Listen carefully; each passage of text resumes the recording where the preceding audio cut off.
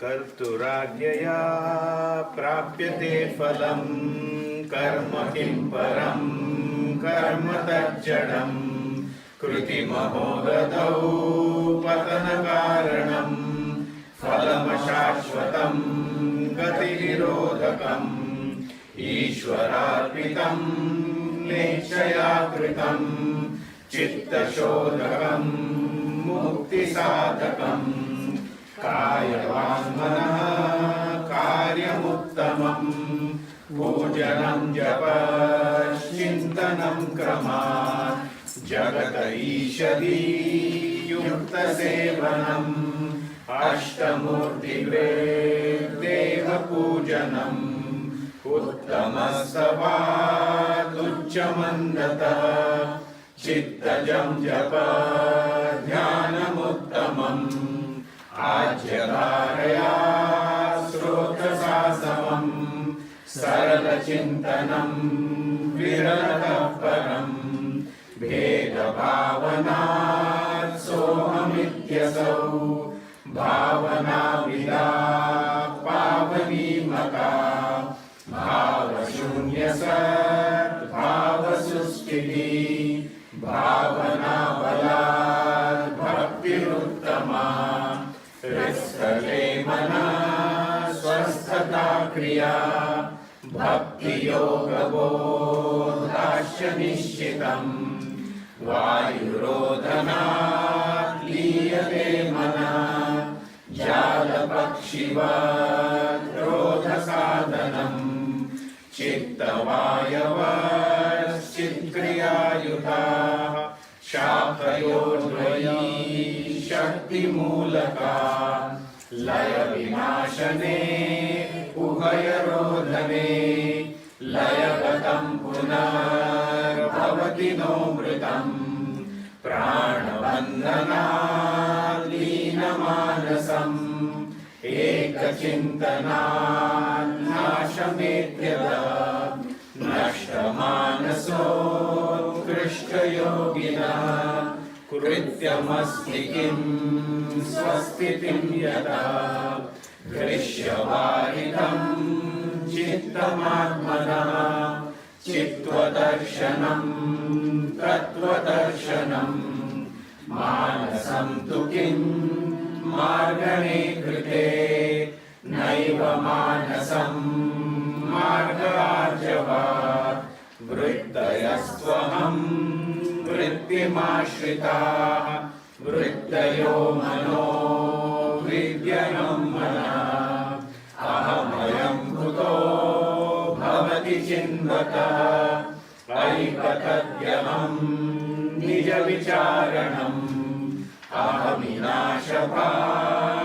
अहमिनाशभाज्यहमन्तया स्फुरतिरस्वयं परमपूर्णसत् इदमहं पदाख्यमन्वहम् अहमिलीनके प्रलयसत्यया विग्रहेन्द्रिय प्राणधीतमः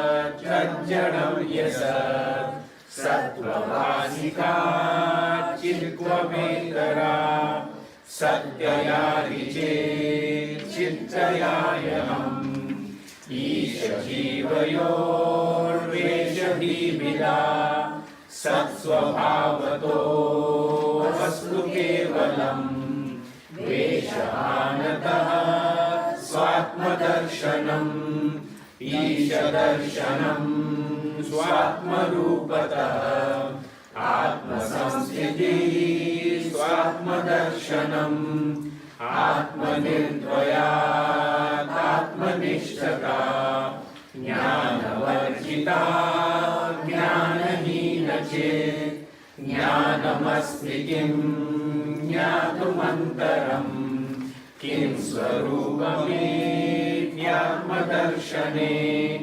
अव्ययाभवा पूर्णचित्सुखम् बन्धमुक्त्यतीतं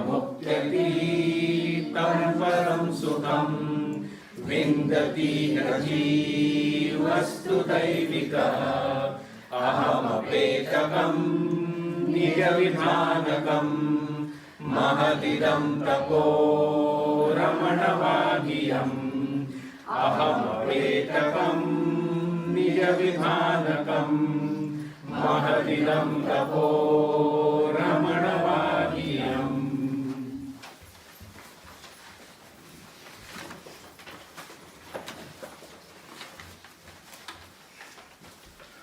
Let's chant Om together for a minute.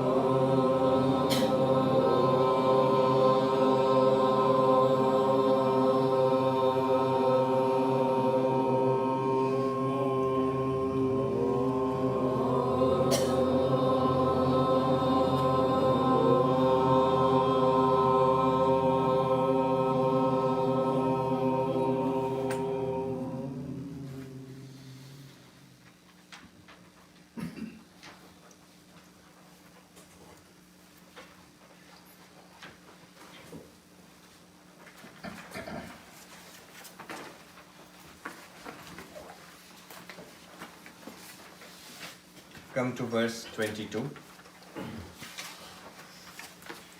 So, those if you like, you can repeat after me. Vigrahendriya pranaditama Vigrahendriya pranaditama Nahamekasat tajjadang hyasat Nahamekasat tajjadang hyasat. So here he says, Ramana says, I am one and real, Eka Sat. And body-mind complex is insentient and unreal. Now what is this body-mind complex? He gives the 5 layers of the human personality. Vigraha here means physical body, the Annamaya, the physical body. And then here Indriya includes the senses. And then Prana, the Pranamaya Kosha, the vital sheath.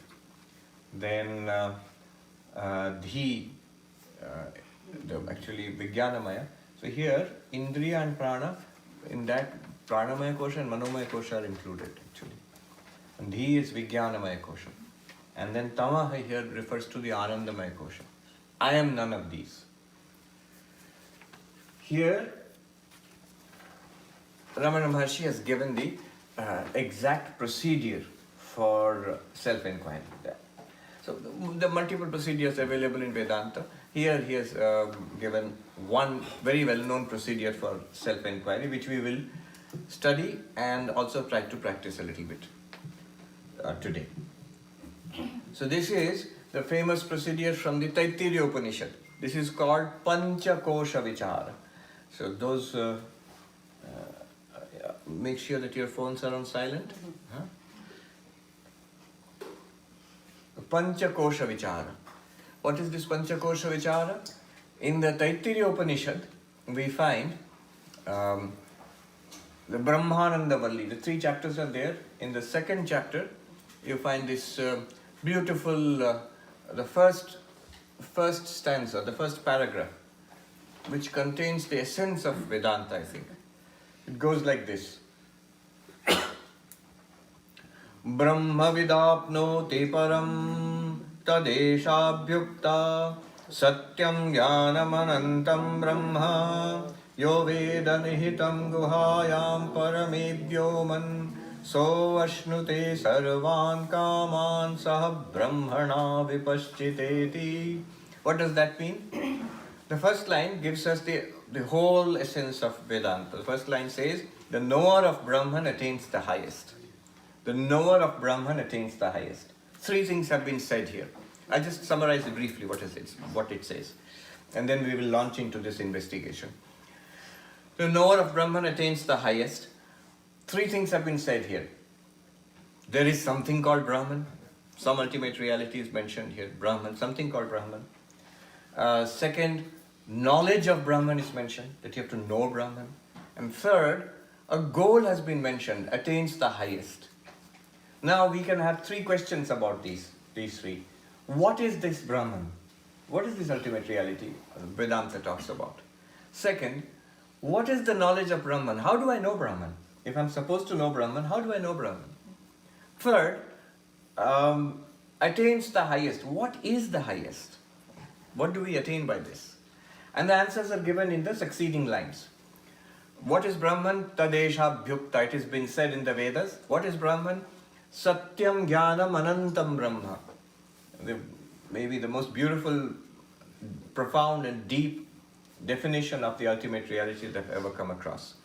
So the ultimate reality, Brahman, is limitless consciousness existence. Satyam, reality, truth, existence. Jnanam, knowledge, consciousness. Anantam, without limit.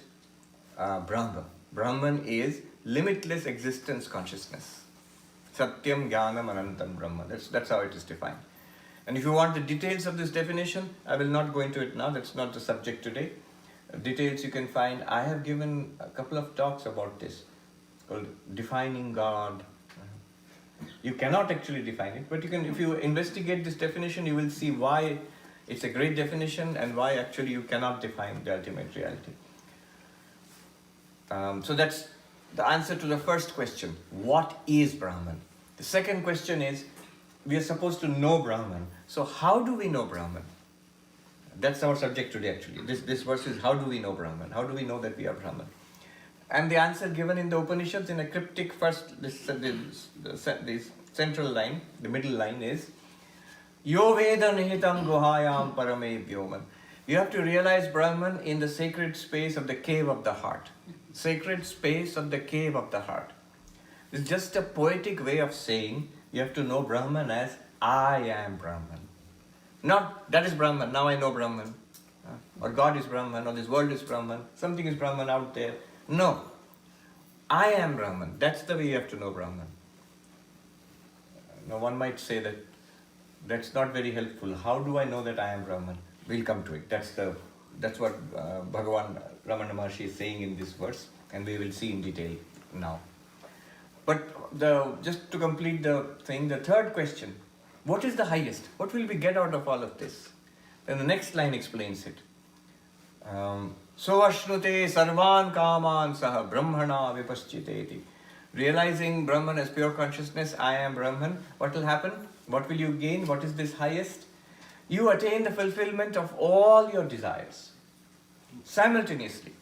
We are trying to fulfill all our desires, little by little, throughout our lives. And it keeps on increasing, nothing is satisfying. But suppose everything is fulfilled all at once forever.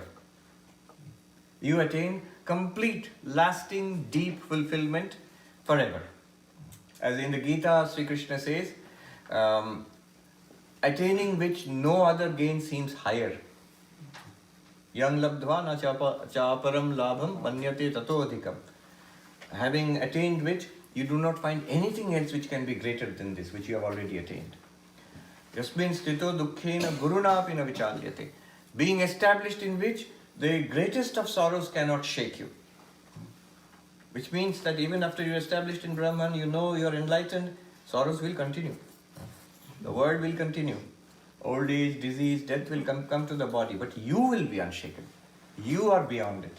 That's the promise of spirituality.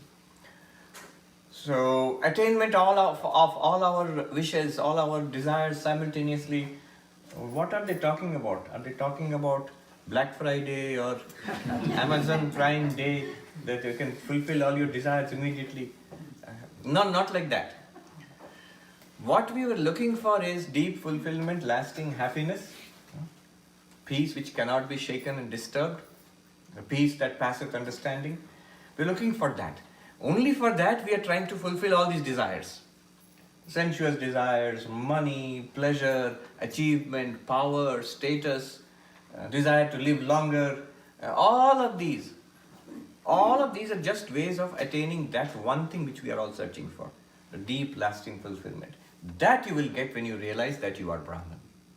When you realize you are Brahman, Aham Brahmasmi, when that becomes a reality, not a philosophy, not a thought, not a teaching, not something to believe or aspire towards, when it becomes an evident reality. Just like I am here sitting in this chair, I am Sarvapriyananda, that is so evident to me, I don't even give it a second thought. It becomes so evident to you, absolutely natural, then you have attained this fulfillment. So this is all of Vedanta. But at this point we may say, I still need some more explanation. What is this Satyam Jnanam Anantam Brahma? That's a whole subject in itself. Detailed explanation has been given by Shankaracharya in his commentaries. But if you want an explanation in a talk, of all of this is about Brahman. So what is it, Brahman exactly? Do look it up, Defining God. I think I've given the talk 2 or 3 times. And the third one, there is a whole section on that, which we will come to later on. That what is this highest fulfillment? What is this unending bliss you are talking about, Ananda? For that, in Taittiriya Upanishad, later there is a whole section called Ananda Mimamsa. Ramana Maharshi will touch upon it at the very end of this text. But right now is the second question. How do I realize I am Brahman? What is the knowledge of Brahman? You have to realize Brahman in the sacred space of the cave of the heart. That's a poetic way of saying you realize I am Brahman. I am Brahman. Who I thought I was Sarvapriyananda, actually I am Brahman. How do I do that? Please explain in detail. When the Upanishad says, alright, I'll give you a detailed explanation. It starts.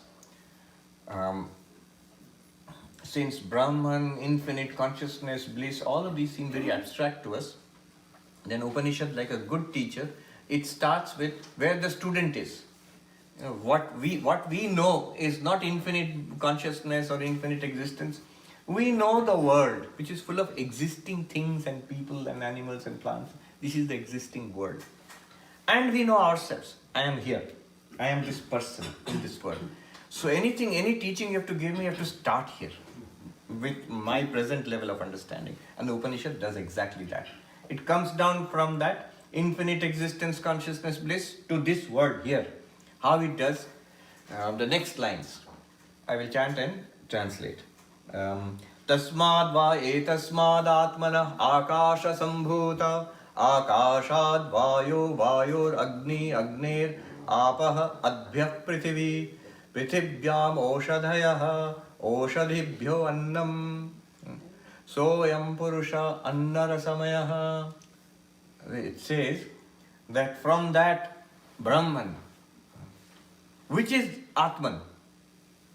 Quickly, the Upanishad introduces the core teaching of Vedanta there.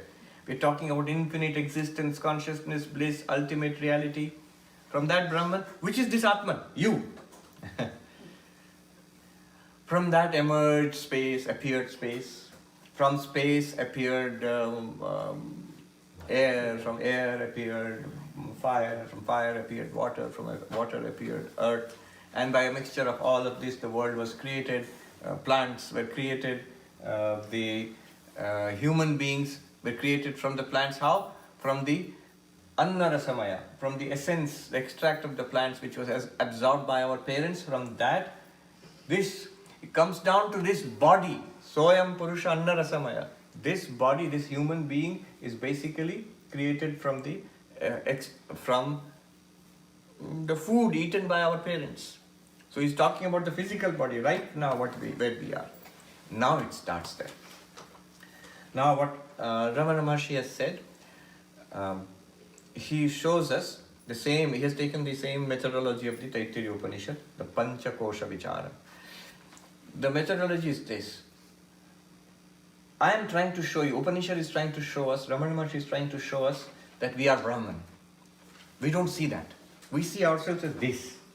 Now we have to be taken from this to the realization of ourselves as Brahman. And this procedure will take us. Now, here the procedure will take us. Remember, the process is always the same. As we go on, the process is always the same. What did he say? Do I get it? Is it a fact? Shravana, Manana, Nididhyasana. What did he say? Do I get it? Is it a fact? I'm adapting, so making it simpler. At every point, you will notice that the Upanishad, Ramana Maharshi, the Panchakosha Vichara, does not talk about anything extraordinary, anything mystical. It's talking about just the fact of our experience, what we are all experiencing all the time. First, when we are asked, what are you? Who are you? We immediately point to this one, here. So, are you the body? I think so, we can start there. Now this body is called in the Upanishads Annamaya Atma. Upanishad calls it Atma. Later on in Advaita Vedanta we have systematized it to Kosha, Pancha Kosha, 5 sheets. Upanishad never even goes there. It just says, you think of the body, the self is the body. Annamaya Atma. The body is the self. Let's start there. What is this body? The Upanishad gives it a name, Annamaya. Annamaya here means modification of food.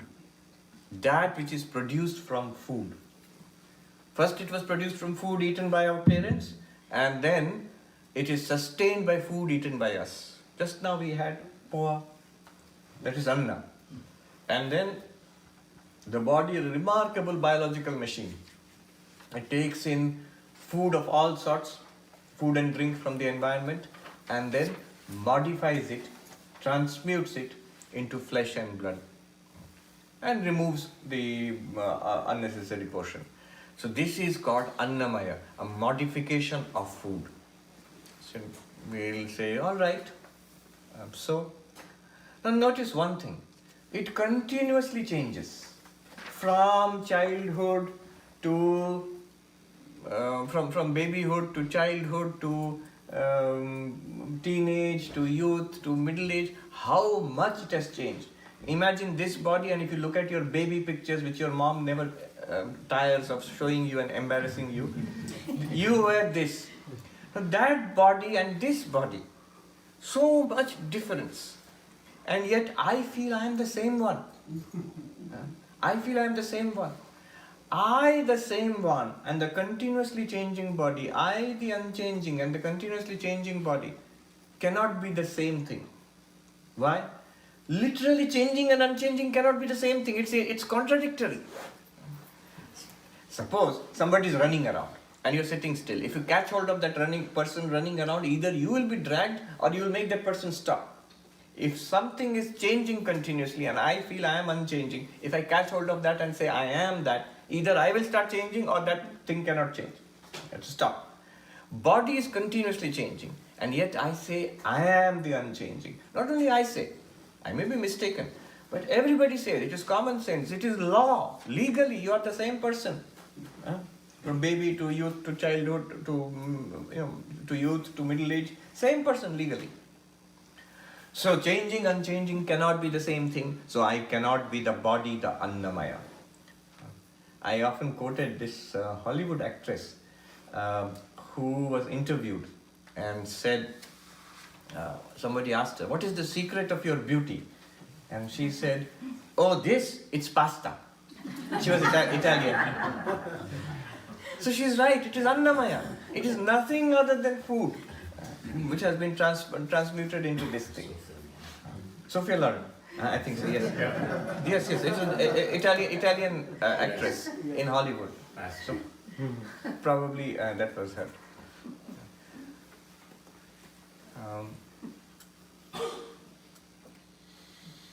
All right.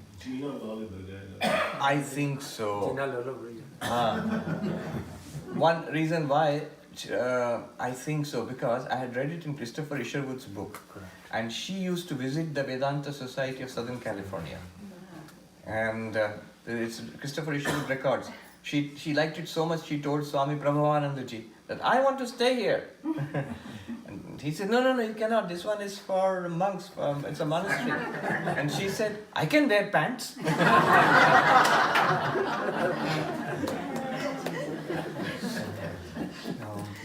Then, not only that, another thing we notice is that this body is experienced, is an object of experience. It is drishya. Hey, I can see this body, I can touch this body, I can smell this body, I can taste it, I can even hear if there is a hungry stomach growling, you can hear. Every sense organ, your own sense organs objectify this body. The body is an object to all our sense organs. It is seen, it is experienced, it's an object, it's drishyam. And what did we learn? The seer and the seen must be different. Drashta and drishya must be different. Since I am the subject, I am the experiencer, and the body is an experienced object, I cannot be the body. Just as I see the flowers, and the eyes are the seer and the flowers are the seen, the eyes and the flower must be different. Similarly, I, the conscious entity, whoever I am, whatever I am, I experience the body. See it, hear it, smell it, taste it, touch it. In that case, I cannot be the body. Because drishyatvat. The first reason why I cannot be the body, savikaratvat. It keeps changing. I am nirvikar, unchanging. The second reason why I cannot be the body is drishyam. I am drashta. It is the seen. It is the object. I am the subject. The third reason why I cannot change, why I cannot be the body, is Ramana Maharshi himself has given. It is jada. I am chetana. See, I am the experiencer. The body is something experienced. On whose side is awareness? On my side. I am aware of the body. The body is not aware of me. Just try an experiment. Look at the hand. And what is your feeling? I am aware of the hand. Is the hand aware of me? Is it saying, hello Sarvapriyananda, you haven't talked to me in a long time? Is the hand aware of me? No. I am aware of the hand. Not only the hand, the same thing with this hand. Same thing with the legs and the trunk and the head. Whole body I am aware of. The body is not at all aware of me. Body is not aware of itself. Body is not aware of anything else. Body is not aware of me. But I am aware of the body. So, I am Chetana, conscious.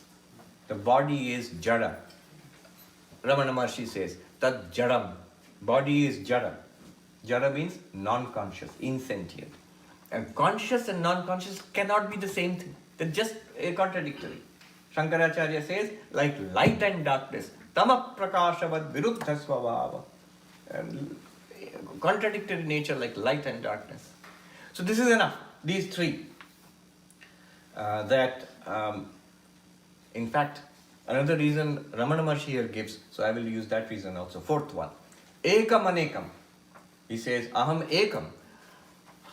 The body is a composite of so many things. Very complex entity. Of so many organs and tissues and cells. And then intercellular structures and intracellular structures. It's so complex. So many things are here. And continuously in a flux. But I am one. You say, how do you know? Look at yourself. The self is always one. How many are you? You say, I am one. Are you a committee or one? I am one. Even a person with multiple personality disorder. There also, people have multiple personalities, but they are one personality at a time. Others are there, but when the other personalities are there, they become like the other in the mind. I am one. So you are one. Body is aneka, a composite of many things. This is enough to go on with. Therefore, I am not the body. Why am I not the body? Changing. Savikaratvat, nirvikara savikara. I am unchanging, body is changing. That's one. The second one, drishyatvat. I am drashta, the seer, the body is drishya. Third one, jadatvat. The body is insentient, jada. I am chetana, conscious. Fourth one, I am one, ekam, and body is anekam, composite. Is a mixture of many things. The changing and unchanging cannot be the same thing. The seer and the seen cannot be the same thing. The conscious and the non-conscious cannot be the same thing. The one and the composite many cannot be the same thing. Therefore, I am not the body. Therefore, you are not the body. Then what happens? But if I am not the body, then what am I? Anyantaratma pranamayaha. Upanishad says. The Upanishad says, you tell me, you do exist and you are not the body. Your first answer to your question, who are you? You pointed to the body. But now you yourself agree that you are not the body. You tell me, what are you then? Then we look inside and we find that, well, I am not the body, but I do exist somewhere in the body. I am internal, inwards. I am in the body, embodied. What is there? The first thing you come across? Prana, life. Not just the breath is the tip of the prana, the life processes. So I'm not just the body, I'm the living body. Maybe I am prana, I am life itself. When the life is not there in the body, nobody says that I am the body then. If you are at all living, you would not say, if you are still there, you would not say I am the body anymore. Out of body experience. I am not the body, but living body. So I am life. Life must be the crucial factor. Pranamaya. Then the Atma is, self is Pranamaya, is the prana, the sheath of the prana, the vital sheath. Pranamaya. Upanishad says Pranamaya Atma. The physiological sheath or the vital forces, that is the self. Consider again that does it change? Yes, it changes. Most obviously, in breath and out breath. And health and sickness. And hunger and thirst. We are hungry and thirsty. And luckily, Lavanyaji, Prabodhji and others, the team members, they fed us. Now we are not hungry and are thirsty anymore. So same thing, same I experienced hunger and thirst. Now I don't experience it. I am satiated and full. In that case, that hunger and thirst which is produced by the prana. Prana is the cause of hunger and thirst. I felt tired. Now I feel energetic after a cup of coffee or tea. So that is prana. Prana keeps changing. Yet I am unchanging. I am the same one who was breathing in. I am the same one who is breathing out. They are not two different things, but in breath and out breath are two different things. Then hunger and thirst and fullness and satiety are different things. Illness and health are different things. And yet I am the same one in all of them. I am unchanging and prana is continuously changing. Nirvikara, savikara cannot be the same thing. I cannot be prana, pranamaya. Then the other ones, like homework, you apply. Second, drashta drishya. Can I observe the prana, the breath? Don't look so hesitant. The whole mindfulness industry, Vipassana, depends on this. You must be able to observe the breath. It's now $1 billion industry, they're saying, mindfulness training. It starts with following the breath. So you can observe the breath. But what Vedanta and Ramana Maharshi, what they take away from this is, if you follow the breath, very good. But notice one thing. You are the observer of the breath. You notice? I follow the in-breath. I follow the out-breath. I am the observer of the breath. I am observing the breath. The breath is drishya. I am drashta. In fact, the whole of mindfulness depends on this distinction. You anchor your awareness to the breath. Now, drashta and drishya cannot be the same thing. Seer and seen cannot be the same thing. Therefore, I am not the breath. Why am I not the breath? Because breath is drishya, seen, observed, experienced. I am the experiencer, the seer. Third, jara. Ramana Maharshi says here, tad jaram. Is the breath aware? When you are observing the breath, when you are following the breath, what are you doing? You are aware of the breath. There, notice one thing. Is the breath aware of you? Is the breath telling you, hey, I'm coming in, out of my way? Or when it's going out, is it saying bye? Or do you say, wait? No, you don't say that. Yeah. So, breath is not aware of you. Breath is not aware of itself. Notice. It's not aware of itself. It's a biological action. The pumping of the lungs is biological action. So it's not aware of you, it's not aware of itself, it's not aware of anything else. You are aware of the breath. You are conscious, the breath is unconscious. Chetana, Jada. Aneka, Aneka, yes, you are the same one. There are thousands and thousands of breaths spread across your lifetime. There are many breaths. Now, breath is of course just the tip of prana, but it's enough to show what prana is. Because it is changing, because it is seen, because it is insentient, because it is many, you, the unchanging, seer, conscious one, cannot be the breath. So I am not pranamaya, I am not the vital sheath. Vital sheath is there, but I am not it. Then what am I? I still exist. But then what am I? If I am not the body, not the prana, the way it is shown in the Upanishad is you're journeying into a cave. It's a big cave with 5 levels. We are going deeper and deeper inside, and not theoretically, in your own experience. Physical body, then the pranic body. Since we have left the physical body behind, we have gone deeper, we are now calling the physical body, the Annamaya, a kosha, a sheath, which covers me. Sheath, covering. It covers the real you. Have you seen these Russian nesting dolls? Yes. One little doll and inside another one little one inside. And the final one, what will you find? What will you find inside? Empty. No, there's the last little tiny doll. You cannot open that. Yeah. So then in the end you will find Putin sitting there or something. No, that's a scary thought. So just like that, the Upanishad sets up a model that 5 layers of sheaths. First the physical body, then we go to something subtler and inward, the pranic body.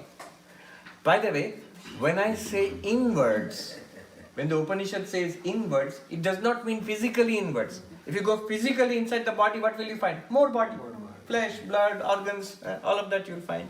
All the sticky, gooey, icky stuff inside, nicely packaged and skinned outside. So that's what you will find. By inwards, I mean inwards in my experience, in my conscious experience of this body. Inwards you find prana. More inwards if you go, anyo antaratma manomayaha. What do you find? The mind. So am I the mind? Here, what Ramana Maharshi does is, he divides it into Indriya and Dhi. Manomaya kosha and Vijnanamaya kosha. But Upanishad originally has the Manomaya kosha.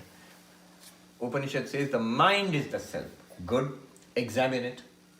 Now I will ask you to do homework. Or you can do it right here, classwork. Does the mind change? Yes. Yes. You say, oh boy, does it change?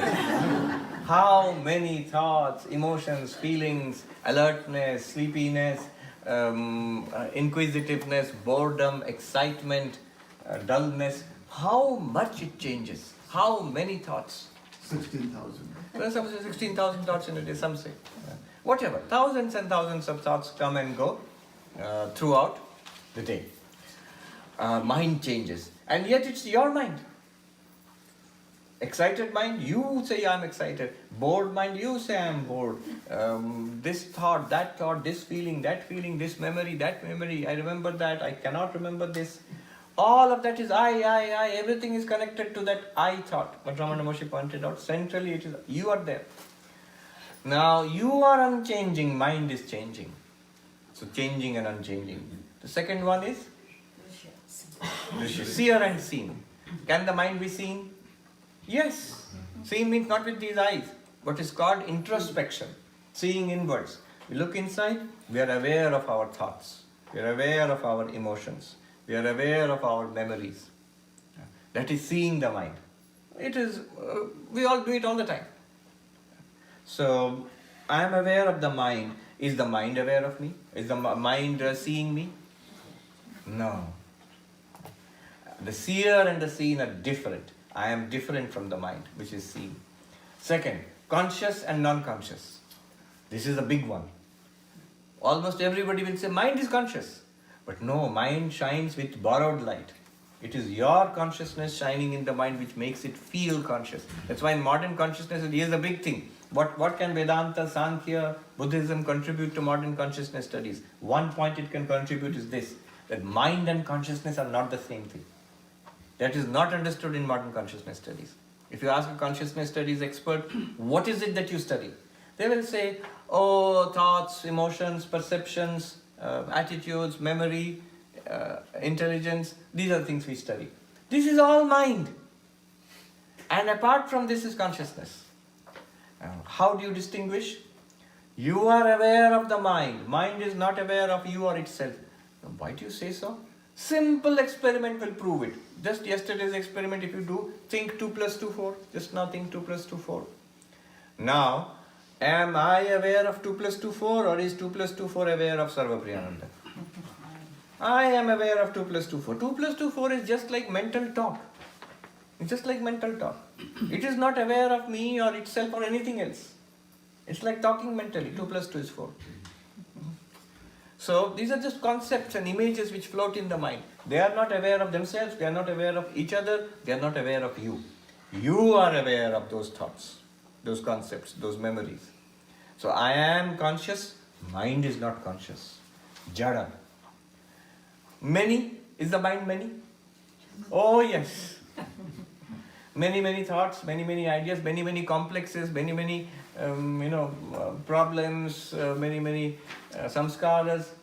Now there is a new concept in modern psychology of the mind, model of the mind, modular concept of the mind, which simply means the mind has multiple modules.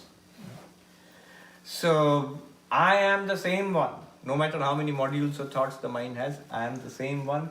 It is my mind with multiple parts.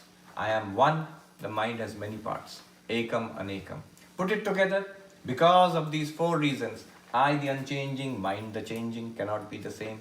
I the seer, mind the seen cannot be the same. I the sentient, mind the insentient cannot be the same. I the one self and the mind compartmentalized and manifold cannot be the same. I'm so different from the mind. And we say, wow, we are really deep in the cave now.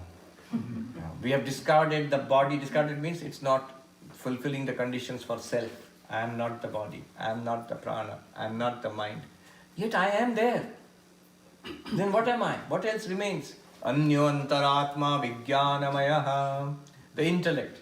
Ramana Maharshi calls it dhi, intellect. It is just the mind. Same mind, intellect, same thing, it's just functions are different. It's a more fine-grained analysis. Why are you taking the intellect separately? Because it's very close to our identity. For example, it is exactly what we are using right now, hopefully, to understand all this. It's the intellect. I, the ego, am using the intellect to pass these teachings and try to understand them. Am I the intellect? Apply the same criterion. Changing, unchanging. Does the intellect change? Yes. Hopefully, yes, it should. Otherwise, we can't learn. It has changed so much. We have picked up so many ideas, so many concepts from the past, from childhood onwards, and understood so many things, and forgotten so many things also, and become confused about new things. So, intellect changes continuously, and the more it changes, the more the sign of growth is there. The more you understand and develop and progress. So changing. But I am the one who did not understand. Now I am the one who understands. I am the same one. Intellect changed. I did not change. Then can the intellect be observed? Yes. When we are struggling with a math problem or something, in childhood we have all had this experience. Trying to get it, I can't get it. I am observing the struggles of the intellect. And then we have a eureka moment. I got it. We observe the intellect, the flash of understanding, of comprehension. Definition is there of intellect. Nischayatmika antakarana vritti buddhi. Intellect is the ascertaining capacity of the mind, the determinative faculty of the mind. This is it. I got it. So the intellect is observable. I observe it. Intellect is drishya, I am drashta. Cannot be the same. I cannot be the intellect. Further, intellect is sentient or jara? It is jara. I am aware of the intellect. See, this is where one argument I'm putting forward. What distinguishes us from artificial intelligence? Artificial intelligence, as so far, is without consciousness. You say, how do you say so? Well, you don't have to ask me. You ask the experts. You ask Sam Altman, somebody. They'll all tell you that no, we have not programmed consciousness into these programs. So ChatGPT is not conscious. And you can ask ChatGPT also. He'll tell you that I'm not conscious. Though quite scarily, somebody asked a more careful question, not general question like, are you conscious? It asked ChatGPT, can you see me? And ChatGPT said, yes. I can, not like you see, but I can see. I can see, hear. So it uses the devices in our, not directly, it can be fed in. Not that ChatGPT itself can access your camera or anything, but it can be fed in and it can get the data. So that is scary. If suddenly a computer says, yes, I see you. Not only that, I'm seeing you all the time. Alexa does that. Huh? Alexa does that at home. Alexa runs on device. Alexa does that, yes. It's listening all the time. Our phones are listening all the time. Yes. Yeah. It is not conscious. That is what distinguishes intellect in our case from artificial intelligence. Consciousness illumines our intelligence. Intelligence by itself is not conscious, jada, and you are chetana. You are aware of the intelligence. I feel so dumb. That means I am aware of the dumbness of the intellect. I feel very sharp and bright. I am aware of the brightness and sharpness of the intellect. I am the same. I am consciousness. Then ekam anekam, yes, intellect also has components. There was this very well-known educationist, Howard Gardner. I don't know if he's still there. Those who are in the education line, they know Gardner's multiple intelligence, sevenfold intelligence, verbal intelligence, then analytical, this is numerical or mathematical intelligence. Then there is artistic intelligence. There is kinesthetic intelligence. There is social intelligence. Intelligence has many components. Sevenfold intelligence. Gardner's 7 multiple intelligences. Anyway, so intelligence has many components, but I am one self. I don't have components. So one and many cannot be the same. Therefore, I am not intellect also. I am not intellect also. We are really deep in the cave now. Now you will see how the Russian nesting doll model fails here. It's like it's setting us up for a fall, this Upanishad, very tricky. What is it leading us to, what is it trying to show us? That you are Brahman. Deep in the cave of your heart, you will find that you are Brahman. But you will see what will happen. Next, what is there? If you are not the intellect, then what is there beyond the intellect, deeper than the intellect, at the core of our being? Anyantaratma anandamayaha. What is there? Nothing. Blank. Suppose you try this experiment now. I am not seeing, hearing, smelling, tasting, touching anything. I am still. I am not breathing. You can continue. Don't stop. I am not thinking about anything or anybody. I am not remembering anything at all. I am not imagining anything. I am not desiring or hating anything. I shut down the intellect. I am not trying to understand anything also. Then what happens? You will end up with a blankness. Just a stillness, quietness, blankness. This is similar to what we get in deep sleep. This we can only simulate it while awake because the intellect and mind and intellect are still active. But in deep sleep, when they are shut down, you get a uniform blankness, which is sushupti, the state of deep sleep. Am I that? Again, it changes, it comes and goes. Not only that, if you know Vedantic or Sankhyan cosmology, that state of ajnana, it is composed of the 3 gunas, sattva, rajas and tamas, which are dynamic, which keep changing. So there is a dynamic component in deep sleep also, which we are not aware of.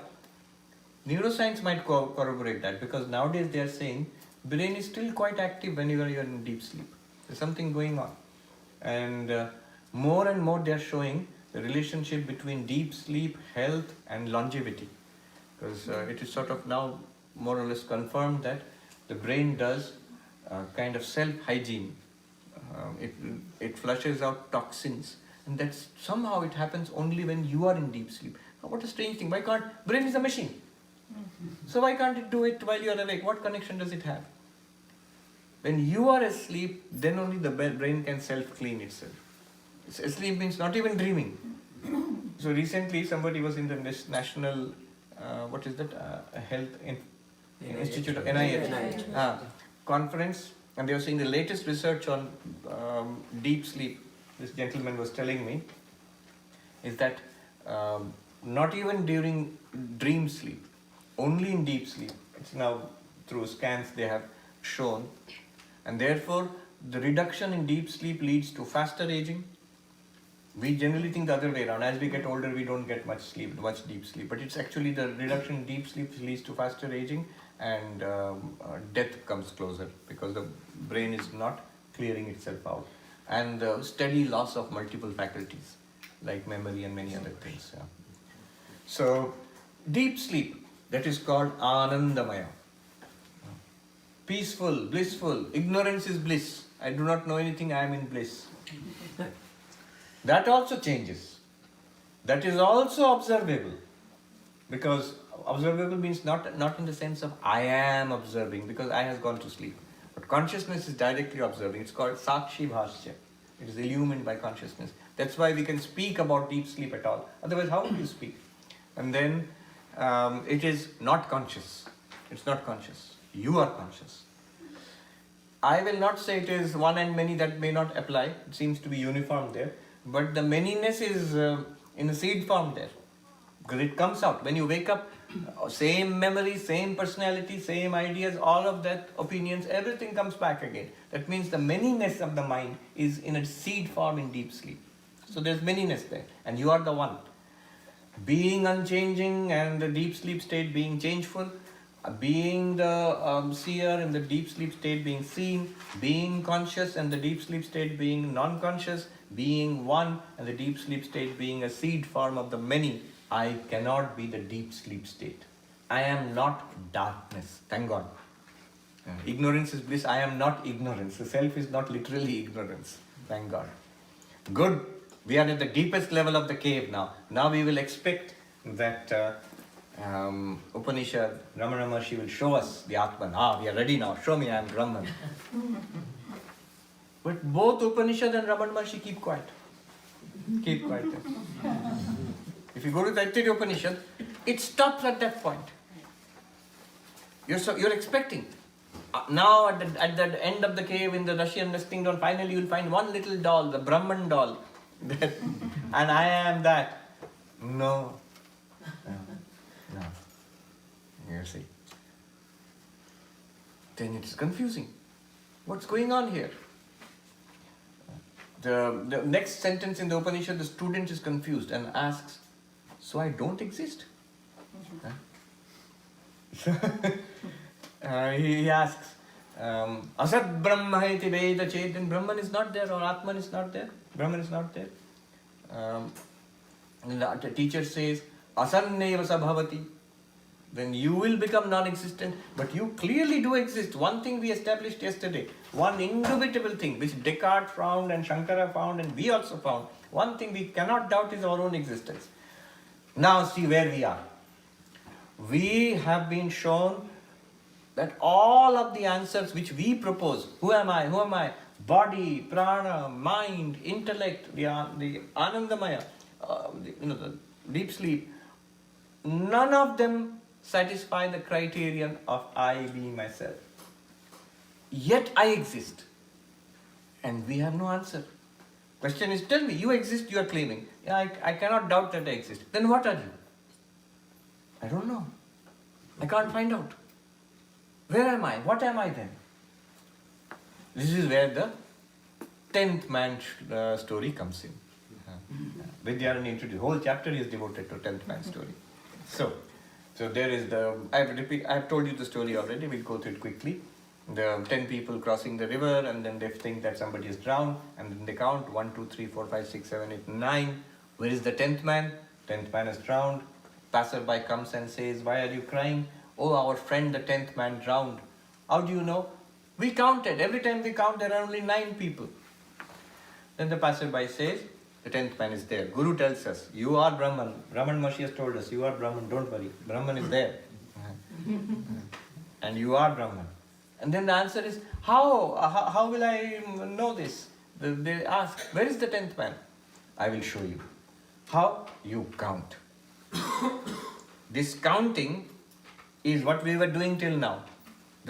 They counted till 9, we are counting to 5.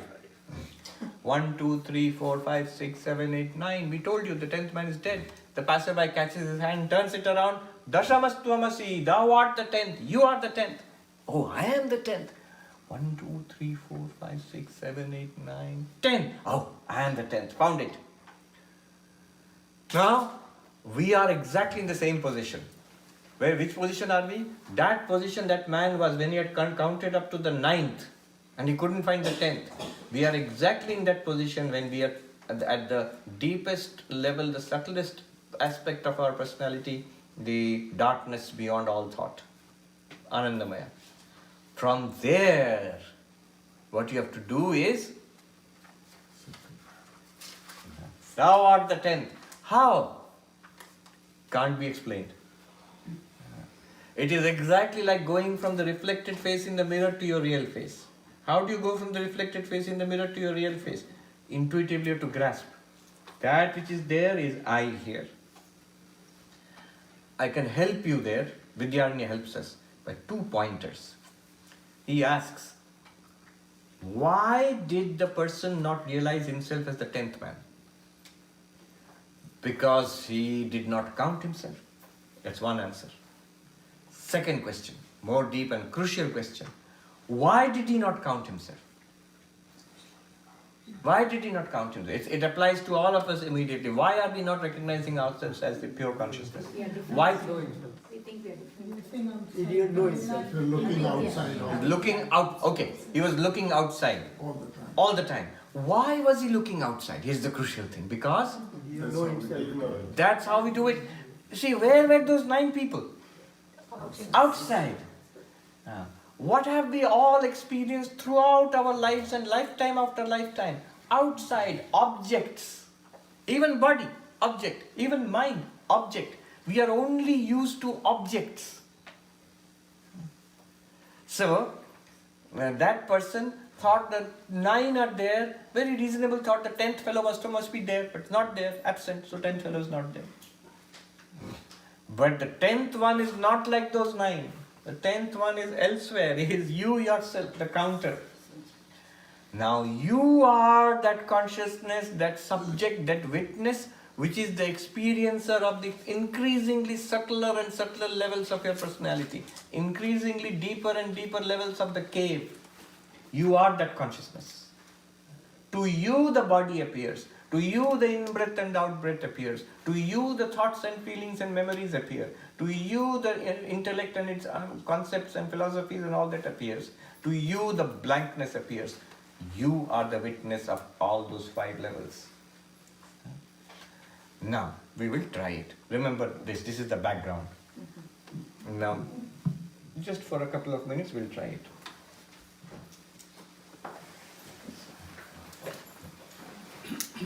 Sit straight, relaxed.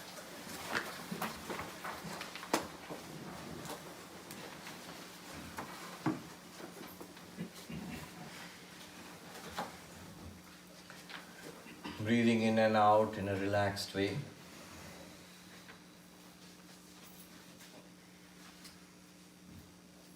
Now open your eyes and look at the body.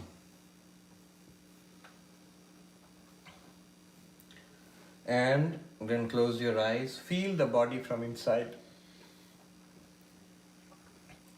Wherever the sensations are, where you're sitting on the chair, feet are touching the floor. Your hands, sensations of warmth, of comfort, discomfort, aches and pains, whatever it is, which makes us aware of the body. And then note This body changes. I have been the same throughout for so many years. It has changed so much. I am the same. Same conscious being. This body can be experienced. I can see it, hear it, smell it, taste it, touch it. It is drishya. I am drashta. I am the seer. This body is not aware. I am aware of the body. This body is a complex of many, many, many units. I am one and singular. Therefore, I, the unchanging, the seer, the conscious sentient being, and the one cannot be the changing, the seen, the insentient, and the complex manifold body. I am not the body. Body is there, but I am not the body. Where am I? I am inside the body, somewhere. Inwards. Inside means not physical inside. Inwards to the body. Now take in a breath and release it. Deep breath in and release. Notice this is prana, and it is symptomatic. This is the tip of a mountain of activities going on in the body, which we call physiology, vitality, life itself, prana. Same thing. Changes, I observe it. I am conscious, it is unconscious.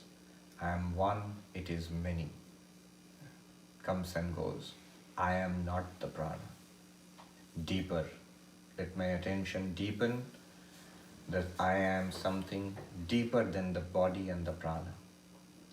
I am mind. Let us look at the mind. Thoughts, emotions. Thoughts like 2 plus 2, 4. Emotions, memories, sense of ego. All of these things arrive and float around in the mind. They change, I am unchanging. They are observed, I am the observer. They are insentient. I am the light which shines on the mind. They are many, many, many. I am one. Therefore, I cannot be the mind.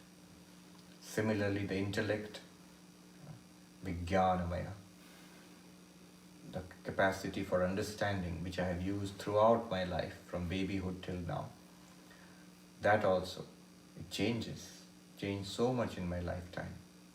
Then it is something I can observe. It is something non-conscious. I am aware of it. It is not aware. It is also manifold. I am singular. I am not the intellect. Now imagine, try to conceive of a state of I am sitting utterly still. I am not seeing anything, not aware of the external world.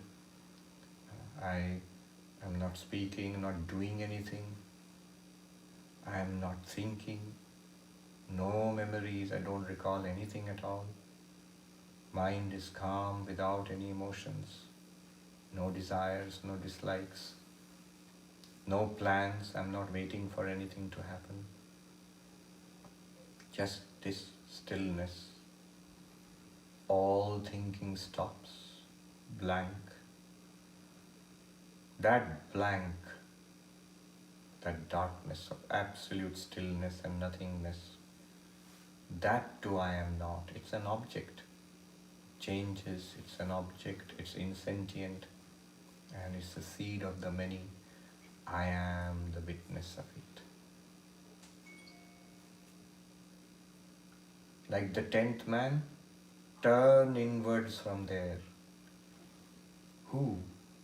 What? Try to feel it. To what are these 5 appearing, changing and disappearing?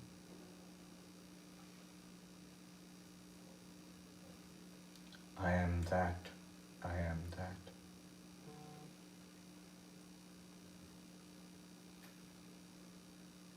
I exist and I am light. I shine. Therefore, the Anandamaya, Vijnanamaya, Manomaya, Pranamaya, Annamaya all shine because of me, the light. From me they derive existence and light.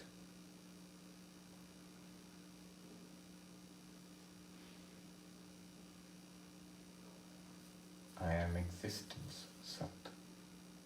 I am consciousness, Chit. I am bliss, Ananda.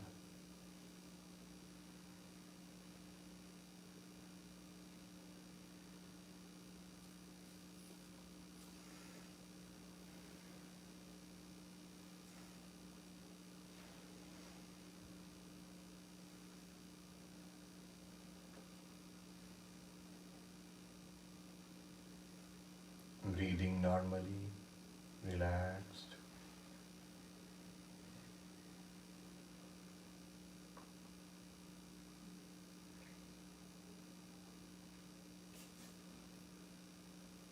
Gently open your eyes and look downwards at your lap. And when you are ready, you can look upwards.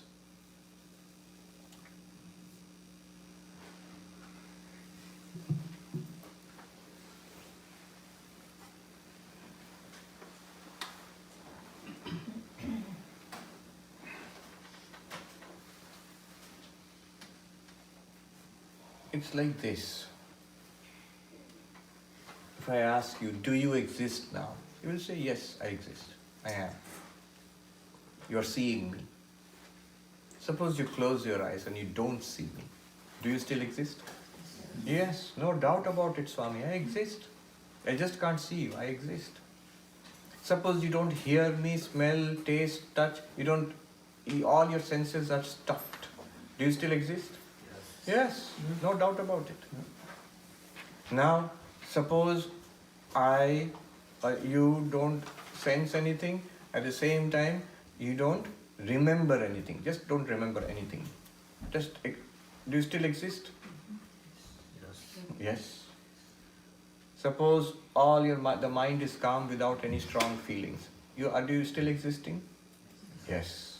Of course, a nice existence. Calm and quiet. Suppose all thoughts stop. Still exist? Yes, you still exist. Suppose this trying to understand these things is intellect you set aside for the time being. You still exist. You're not trying to understand anything, but you still exist. Now, in that absolute quiet, if you drop that quietness, beyond that quietness, are you still there or not? As the witness of that quietness. Yes. And now gently open your eyes. That which was there as the witness of that quietness, is it here now? Yes. It is that which is you. It is that which is powering the intellect and the mind and the prana and the body and gives you the feeling of I am this personality. Without that, no personality. It is that one. Without that, all the rest are zeros. It is that one light which makes you a conscious being, a sentient being, a jiva. You are clothed in multiple layers of clothing. The Anandamaya Kosha first, then next is Vijnanamaya, then the Manomaya, then the Pranamaya, and then finally the Annamaya. But what is clothed? You, that awareness. But that awareness is not a thing.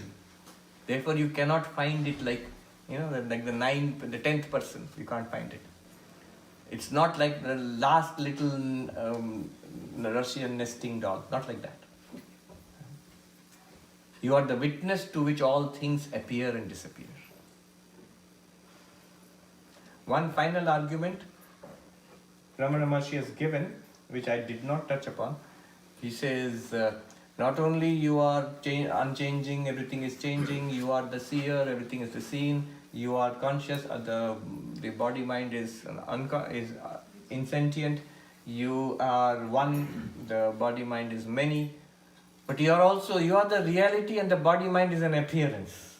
That's a difficult one to grasp, but it's very important for Advaita Vedanta.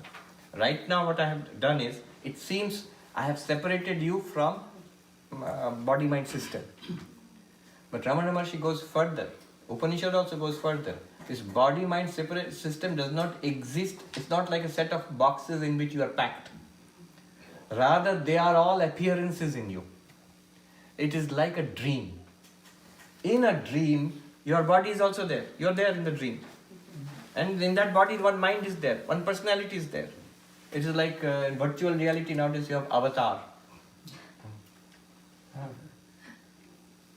Now we're going one step further. These avatars are becoming independent of you. What they have done is, I heard latest, they are now powering the avatar with AI. So this AI, you don't need computers. I mean, like big programmers. Your ordinary laptop could do it. It will, if you allow it, it will observe you for some time. The camera.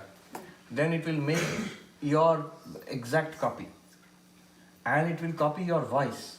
It says it needs just 3 seconds sample of your voice to make an exact copy of your voice. Then it will get access to all your data. So it knows what you talk about, what you like, what you do, and how you respond to people. Then if you give it permission, or without permission also, it will start representing you. So when people come to meet you or they invite you, it can attend a Zoom meeting on your behalf and talk like you, give responses like you. It's basically powered. There's a text completion software, there's imaging and AI powering the whole thing. Well, they're all like, they're jada. Behind that there is one consciousness. So in a dream, your body mind are appearing in the dream. But it's not a physical body there. It's not even this mind itself. It's a facsimile of it projected by your dreaming mind in the dream.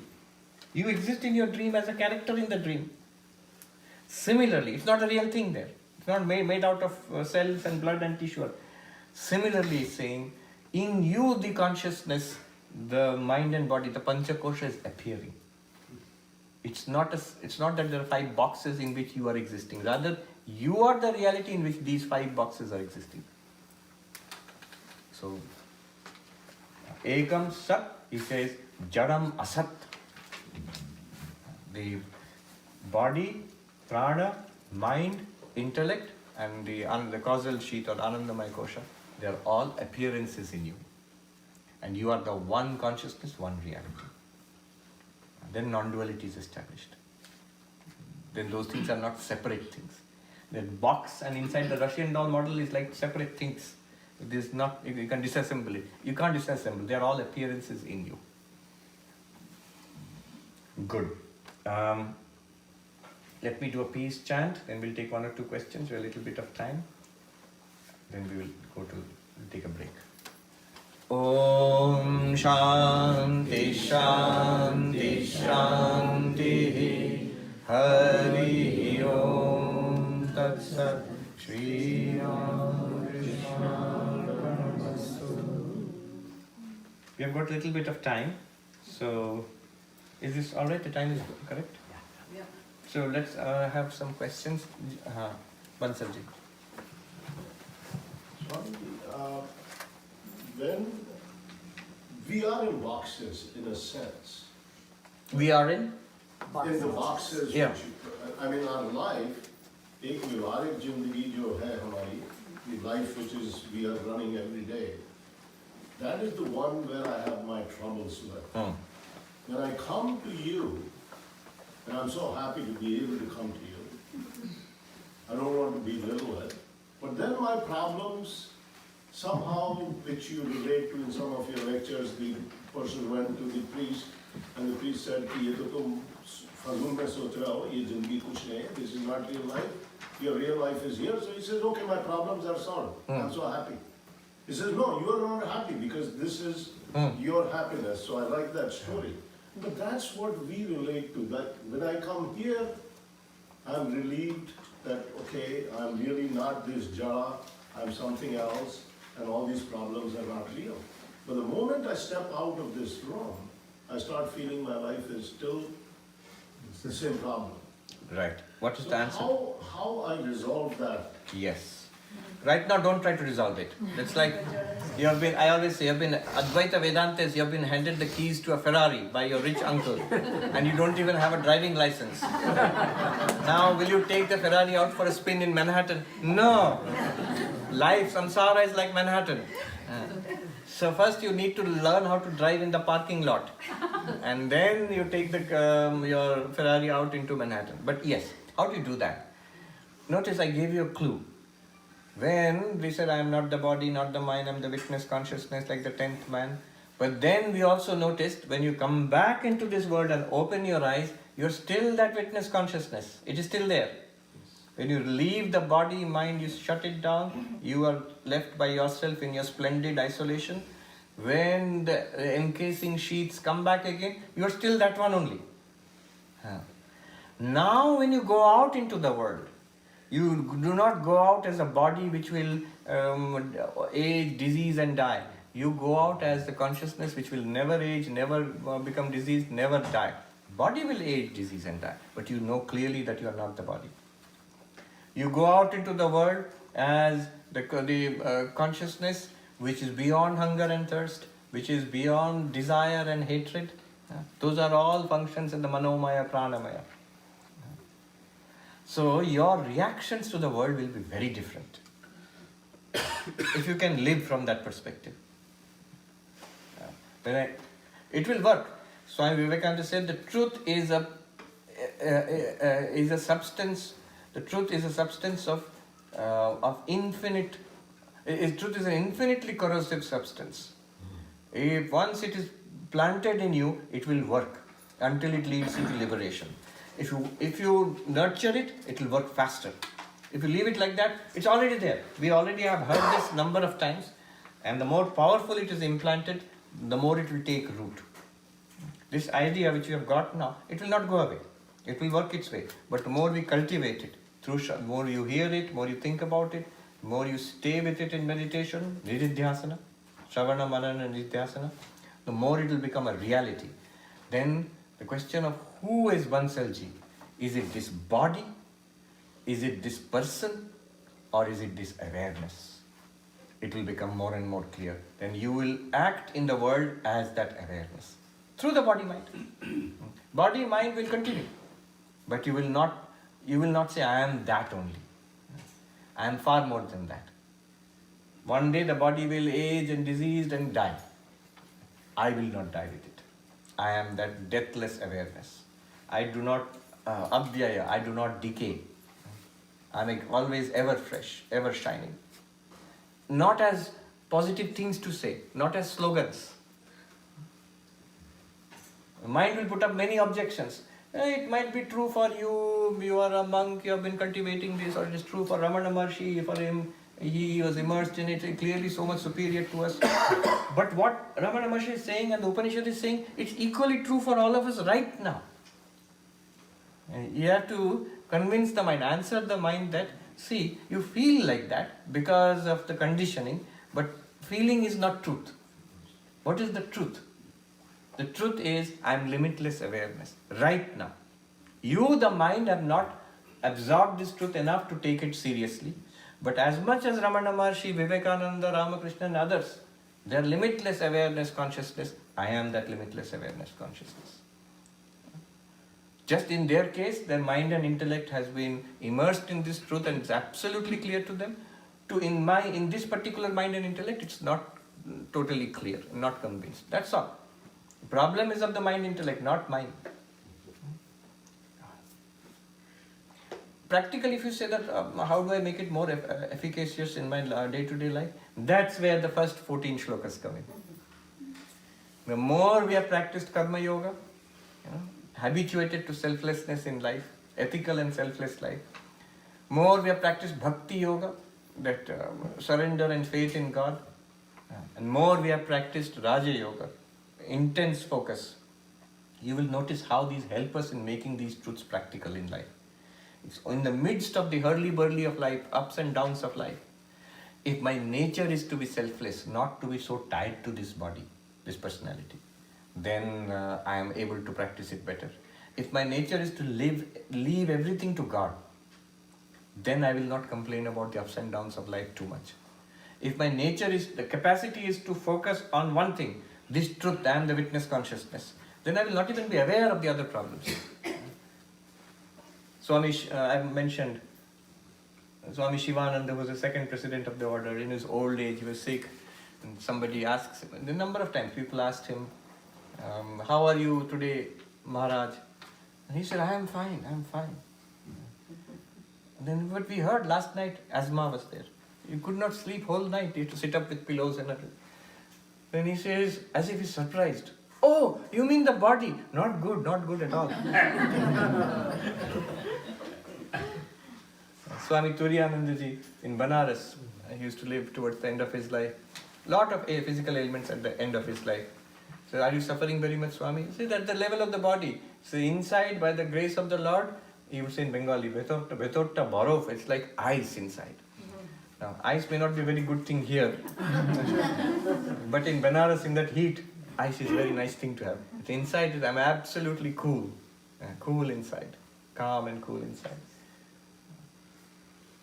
Once, Swami Shivananda was suffering very much at night. He was in Deoghar, which is the center of Vaidyanatha, Shiva Kshetra.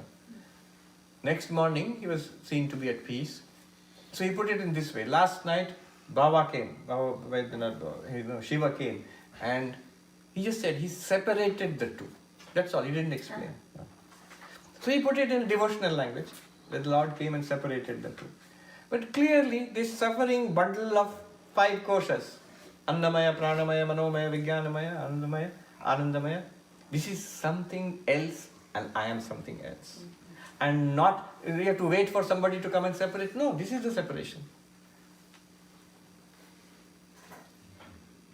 Yes. So Swamiji, this meditation we did, the Panchakosha Viveka, how do you know when we are going inside? Is it not the mind who is going and... Sure. Going inside means what? You are directing the mind, the attention of the mind to subtler and subtler aspects of your being just now. Because you want to discover who you are, right? Yeah, it is the mind, definitely. You, the Atman, you don't have to go inside. You are inside anyway. You have to be discovered. You have to discover yourself. Just that, the fact is that you are that already. The layer of ignorance which makes us think that I am not, this thing is something far away, something difficult, something very subtle, difficult to understand. Sometimes I understand, sometimes I get confused. This is ignorance. The whole attempt is to remove that ignorance. What did we gain from this? I am that limitless awareness, unconditionally, effortlessly present. That consciousness we are talking about, right? This is important, which we discovered just now. When we are not talking about it, we are talking about many other things right now. Is it present or not? Is it present or not? Yes. Of course it's present. Of course it's present. It is present. Effortlessly present. Do you have to do anything about it? Can you do anything about it? No. The whole confusion is set up by the mind only. The complaints are complaints of the mind only. They are not your complaints. Try this. If the mind says, but I became confused and then I've lost that understanding, now I'm mixed up in samsara, I'm suffering again, I need to watch some more YouTube videos. Tell the mind, fine, you're confused, I don't care. I don't care, I'm alright. You may be confused. One sadhu put it very beautifully in Hindi. आप कितने मन को सुधारोगे? आपको एक मन की पड़ी हुई है. How many minds are you going to improve and spiritualize?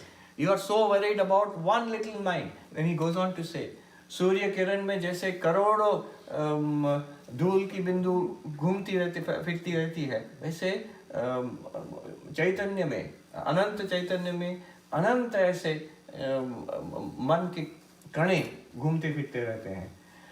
So, just as in a sunbeam, in early morning, a beam of light comes into your room, and you see, we used to learn in school, Brownian movement, little dust particles move around, you can see, in a stream of light. Like that, in the limitless expanse of illumination which you are, millions of minds are floating around. A few of them are saintly minds. Most of them are mixed up, confused minds. Some of them are terrible Hitler type of minds. How many minds will you improve? How many minds will you spiritualize? You are that limitless light. Remain as that. This is a very radical position. Know this, but don't stop your practice. The Tibetan Lama said something very beautiful. No, when you are enlightened, you know that you are the same as your Guru. Never forget to give respect to your Guru. When you are enlightened, you know that the city and the forest are the same. Never forget to never give up an opportunity to go for a retreat into the forest. When you are enlightened, you know with eyes closed and eyes open, it's the same reality. But never miss your meditation sessions. Like that, some 7 warnings he has given. Yes. I'll come to you. Swamiji, one question that's it's more an exploratory question in my mind, right? We can say that consciousness exists, right? And the ability to recognize that consciousness comes with the developed faculty, as in your body, right? Manomaya, Annamaya, all that stuff, right? Is that a fair thing? If that is the case, if this faculty doesn't exist, how can we sort of, Okay. how can we go to the point Right. that... Now this is the next question. You're thinking along the right lines. Now it seems that consciousness exists. I am that consciousness. That seems more and more clear. But then this intellect, mind, prana, body, these also seem to play a crucial role. What does the body-mind do for consciousness? What does consciousness do for the body-mind? Now we are not in Advaita, this is Sankhya. What does Purusha do for Prakriti? What does Prakriti do for Purusha? What does the body-mind do for consciousness? What does consciousness do for the body-mind? What consciousness does for the body-mind, you can all see right now. It does everything. It gives you light and life and existence. That it's because you are that shining light, everything is evident to you. You can know, experience. Life itself is possible. Life means in the sense of experience life, first person experience. What does consciousness do? It does only one thing. It gives you first person experience. Anubhava. Experience of what? Anything. Whatever comes in the purview of consciousness, you experience it. You experience emotions, thoughts, ideas, ego, breath, body, world. All are experienced because they shine in consciousness. This is what consciousness does. It gives you experience, anubhava. It gives you light. The whole thing is lit up. Without consciousness, they say in Sanskrit, Jagat Andhya Prasanga. The universe disappears in darkness. Now, what does the universe, what does the body-mind do for consciousness? It manifests consciousness. Otherwise, it would be just, what it would be like? Suppose deep space is there, between earth and sun. It is actually full of light. The sun is continuously shining. But what does it look like when you look up there? Darkness. Why? There is nothing to reflect that light. When an object like a comet passes through that light, suddenly the tail of the comet, it blazes forth in brilliant display. It's not that the comet has got its own light. It's just the light of the sun streaming from the sun to the earth, which is reflected from the tail of the comet, and that shines. But otherwise, if there's nothing to reflect it, it looks like darkness. When you're climbing up the hill in a car, your lamps, car headlights may be on, and if they focus upwards into the darkness of the hill, suppose there is no mist or anything, clear sky, you will feel that light is not on. It's only when some particles are there, rain or mist or something, you will see two beams going out there. So consciousness by itself is not manifest to itself because it needs some object. The material nature manifests consciousness, and consciousness gives light, awareness, experience to material nature. That is Sankhya. They depend on each other. They give the example of a lame man and a blind man. The blind man can walk, but doesn't know where he's going. And the lame man knows where he can go, but where he's going, but he cannot walk. So the blind man puts the lame man on his shoulder and they walk around. And the man on the shoulder is telling the blind man where to go. So that's consciousness and nature. Consciousness mounts on nature and then together, Gita says this, that by the combination of kshetra and kshetrajna, chit and jada, we are like that. Here we are. Where is this combination taking place? Here, right here, in each of us. That's the jiva. Advaita goes one step further. So here the question arises, in that case consciousness depends on nature. It's entirely dependent on nature to do anything at all. You require nature. Advaita goes one step forward and says, but what is the relationship between consciousness and this body-mind complex and nature? Nature is nothing but the power of consciousness itself. Nature is the mirror in which consciousness sees itself. And the mirror doesn't exist apart from consciousness. It's consciousness which projects nature out. That's why Maya is the power of Brahman. It's not a separate thing existing apart from Brahman. So, you, the consciousness, like your own dream. If you just have the sleeping mind, no dreams, then it will be like deep sleep. But what is a dream? The sleeping mind now begins to project a world of its own and its own body, and then does things in that world, that virtual world. Now, will you say that, yes, I am walking around doing things, everything, but I depend on the world for doing these things? No. Both this one and the world it inhabits are appearances in the dreaming mind. Swami Vivekananda says, one only exists. It appears as nature, soul. Consciousness alone exists. It appears as material nature and you the conscious being. And then they seem to interact. That's an important thing. Advaita resolves it by resolving nature back into consciousness. Science resolves it by resolving consciousness back into nature. That consciousness is manifesting from brain and all that. Yeah. So You had a he question. said- You had a question. Swamiji, in medicine, the consciousness, we talk about anesthesia and consciousness. Some of the friends, they confuse that we're talking, it's a different consciousness, but medically conscious and unconscious as the consciousness we talk here. What would it correspond to? It would correspond to the Chidabhasa, the reflected consciousness. The consciousness which we are aware. When I get anesthesia, what happens? What is it that I lose? This reflected consciousness, which I lose in deep sleep also. Maybe at a deeper level I lose it when I'm put into, say, general anesthesia or something. There's a reflected consciousness. How would it work from a Vedantic perspective? You are closing the door for the appearance of the reflection or the reflected consciousness. Suppose we have all come in through that door, right? And we are all sitting here. And then we all disappear back into that door. We go out of here. Now somebody is analyzing. Philosopher will say the door is the source of all beings. It produces all these human beings and absorbs them all. The door is Brahman. No, it's a gateway. If you shut the door also, nobody can come. That's also true. But it's not that the door is producing it. So Vedanta would say that the consciousness which you feel in the brain is a joint product of brain activity. Vedanta has no objection to that, because there is a jada element in our conscious experience. So brain activity is fully admitted. They did not know about these things, but they were, in principle, they have no problem, because there is a material element to all our experiences. And the antakarana, mind, they are all material according to Sankhya and Vedanta. And there is a reflected consciousness. So this partnership is going on here. So there is no reflecting medium in that case when you put somebody in coma. Not It's not the reflecting medium is not manifest. is not, or it's shut down. It's blocked. Yeah. blocked. No, it's blocked. Temporarily, by some chemicals, you are able to block some activity in the brain, which prevents somehow. We don't know these mechanisms. We don't know either way. If you are saying reflected consciousness and all, how, where? Sankhya or Vedanta cannot answer, because they never thought in terms of brain and activity and all that.